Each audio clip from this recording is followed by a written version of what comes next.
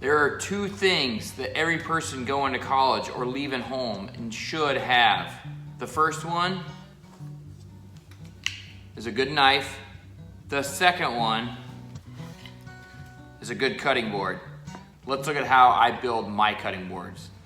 So I know what you're probably thinking. A cutting board? Really? That's one of the two things you think a student should have leaving the house for the first time? Well, I think there's a lot more. But I think a cutting board is super important because that is how you're going to cook your food. And you should not eat most of your meals out of the freezer. You should eat most of your meals out of the garden. So you're gonna need to cut vegetables, meat, all sorts of things. So you need a good cutting board to do that. The way I make my cutting board is I usually wait until there's a bunch of strips, little rips, and then I glue those together. So the way I build this cutting board, this is an end grain. That means the boards are running this way and you're cutting on the end grain. It doesn't show the knife marks as much, and it really makes a nice artistic type pattern that is pleasing to the eye. So I'm gonna go ahead and rip some strips, then I'm gonna glue them together, then I'm gonna rip them again, then I'm gonna glue those again, then I'm gonna plane it down and router it. Those are the steps. Let's watch how it's done. Okay, so I have a bunch of rips, a bunch of cutoffs, and now I'm gonna glue these together. Now they're not the same thickness, but I did rip them.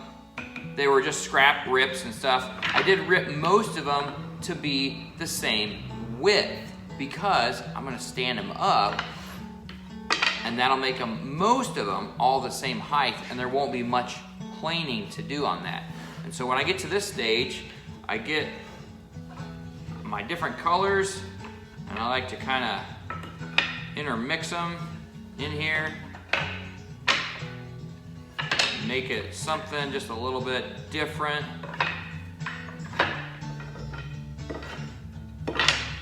Something like that maybe. And I'll probably go ahead, these really long ones, I will cut those first so I don't have this massive stick hanging out past. So I'm gonna cut those, then I'm gonna glue these together just like this. Okay, so now I've got them all cut to pretty close to the same spot. When I glue this up, I'm gonna use my bar clamps, and I wanna set my clamps prior to putting any glue on these boards. So I'm gonna get my clamps pretty much in the spot they're gonna need to be in. Then I'm going to set these in order, and I'm gonna put them on the side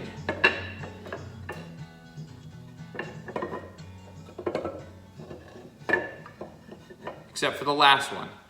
Then I'm gonna glue these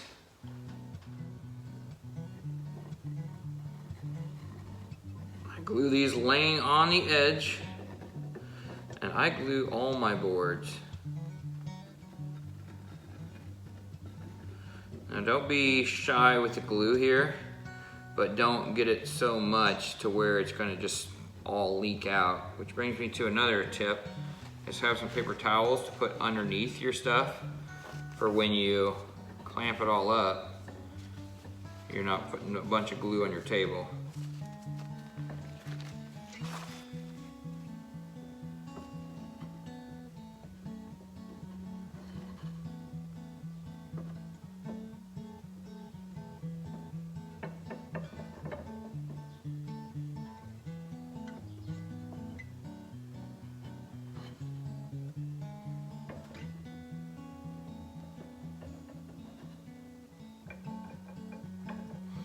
Now that I have glue on everything, I'm just gonna tip these up and clamp them and let them sit.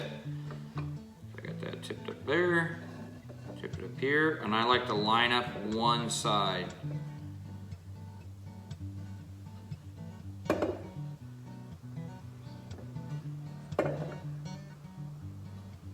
When you clamp these, you don't have to crush them, you just want them snug. You want that glue to start popping out but not have all your glue just be lost because you just crushed them. So now I'm going to slide them over to the part that doesn't move, this side that doesn't move, and then I'm going to start clamping them. And I usually put my hand on the top so they don't slide up.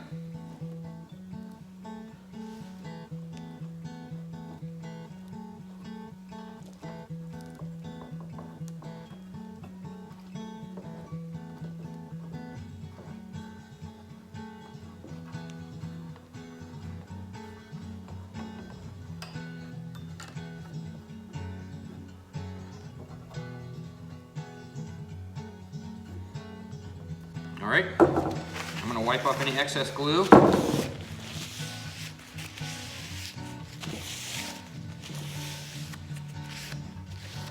Just a little bit more. And we'll let that sit. I'll probably let this sit all day. It'll probably be a 24-hour time period. Then I'll come back and I'll do another operation to it.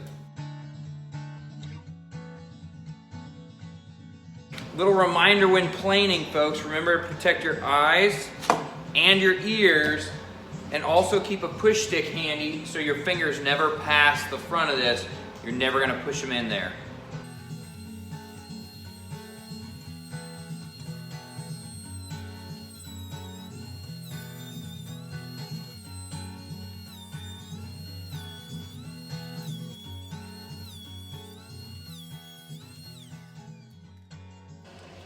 All right, so now I'm totally flat on the top and the bottom. Now I want to take this edge where they're all real close, and I'm going to cut it on the miter saw so I have one flat side here that I can take to the table saw.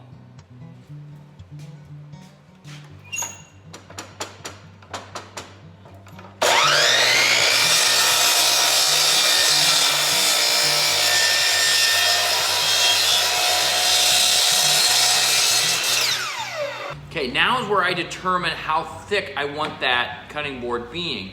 And I usually like about 1 inch thick. So I'm gonna set my table saw up to 1 inch. Sometimes I'll go 1 inch and an eighth or 1 inch and a 16th. That way when I sand it and plane it, I end up with 1 inch.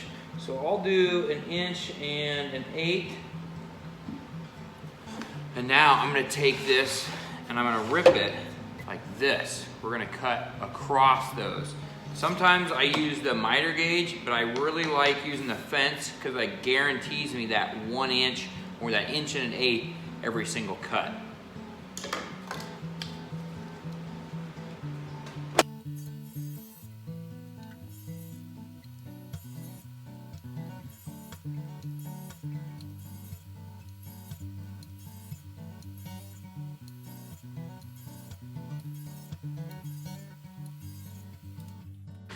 Okay, so most of the time I like to push this all the way through and then give it a kick out so I'm not getting close to that. But with these cutting boards and with your checker boards, these will break if you just let them fall. So that's why I push it through and then try to grab it over here. Because if you let these drop, sometimes they can fall apart. And then it's super tough gluing them all back together. So that's why I catch it on when it's out, but I'm still not getting my fingers close to that blade. All right, so now we're gonna go ahead and glue this all together, and I wanna set myself up for success with my clamps. I wanna put some paper towels underneath of where the glue's gonna go and where it's gonna drip down, so I'm not gluing all these little drops to the table. Sometimes people put paper towels over their clamps so they don't get glue on there. I usually don't because I don't want the paper towel glued to my project. So what we're gonna do now is we're gonna alternate how these were laid out. We're going to go every other one.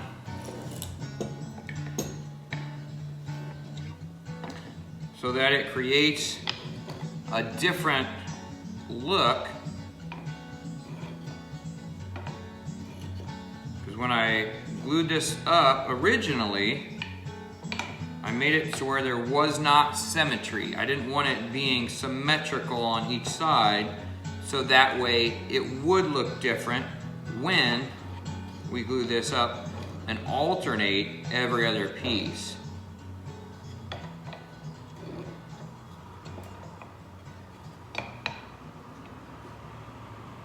So it has a nice little look to it. So what we're going to do now is we are going to get our clamp set up. We're going to leave just a little bit of space so we can clamp it. And now we're going to move our pieces out just like the way they're going to sit, but we're going to put them on edge now and put the glue on them. Make sure to glue every single part, and then we'll just rotate into place.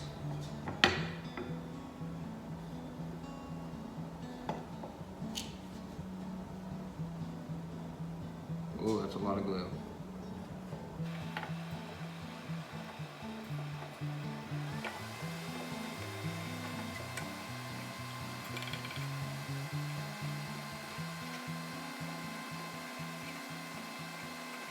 All right, so now I'm ready to just roll these over.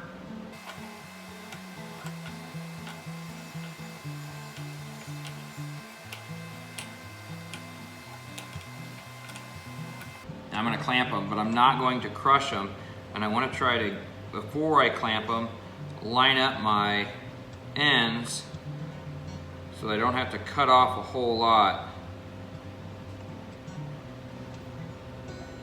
I like to clamp them pretty evenly.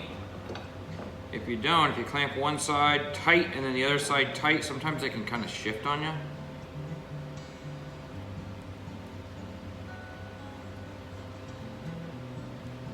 See me pushing down on here, because like I said, sometimes that glue can make things shift a little bit, and I don't want to have to plane much off of here.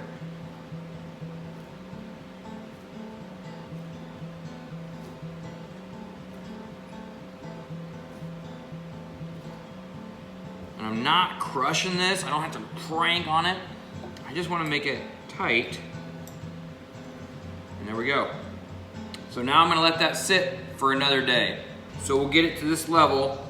Make sure you push down on it while you're clamping. Clamp evenly and then let it sit for a day. All right, friends, so now we're at this stage of the game. It's all glued up. It's in the shape that we want it. It's got a nice pattern going on. Now we're going to finish the edges. So what we will do, if you can see here, we're not totally straight along this edge. So I'm gonna run this through the table saw, take only enough off to where it's flat. Do the same thing on this side. These ends are good. Then I'll plane it down so it's nice and flat, and then we'll router the edges, and then we're good.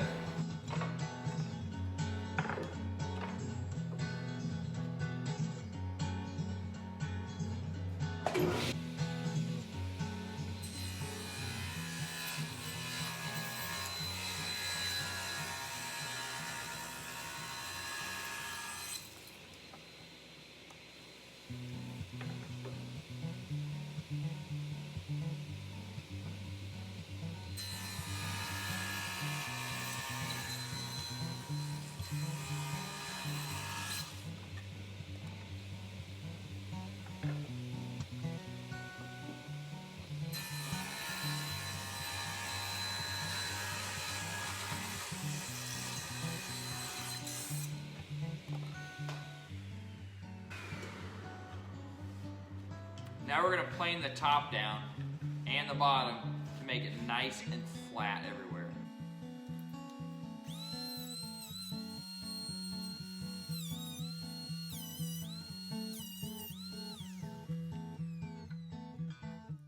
All right, so when you plane this down, this is the one bad thing about that. With an end grain cutting board, the end grain is up like this, and the end of those planer blades kind of tear it off. So what I usually do after this point, after it's planed down, I'll cut a little bit off here and a little bit off here. That's why I didn't do it before I planed it down. I can do the edges this way, but not this way. And so I'm gonna cut a little bit off here, a little bit off there, and then we're gonna router the edges.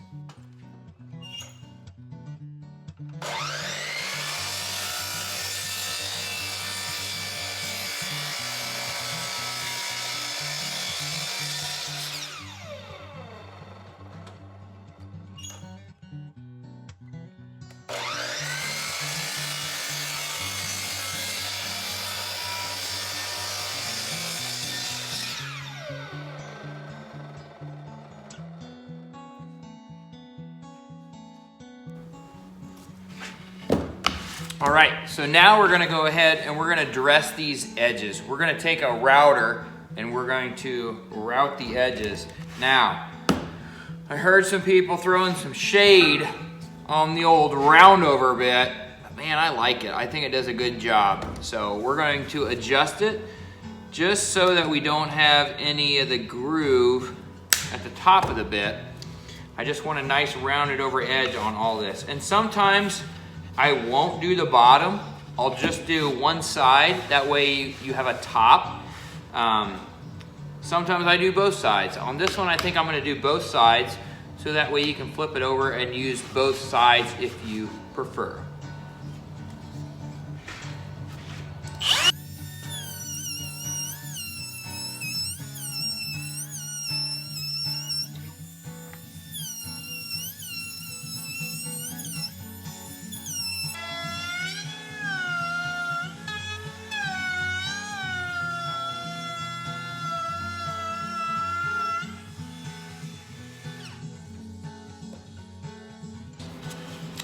Okay, now it's all rounded over. What I'll do next is I'm going to sand all of it and sand these burns off. I'll use a palm sander.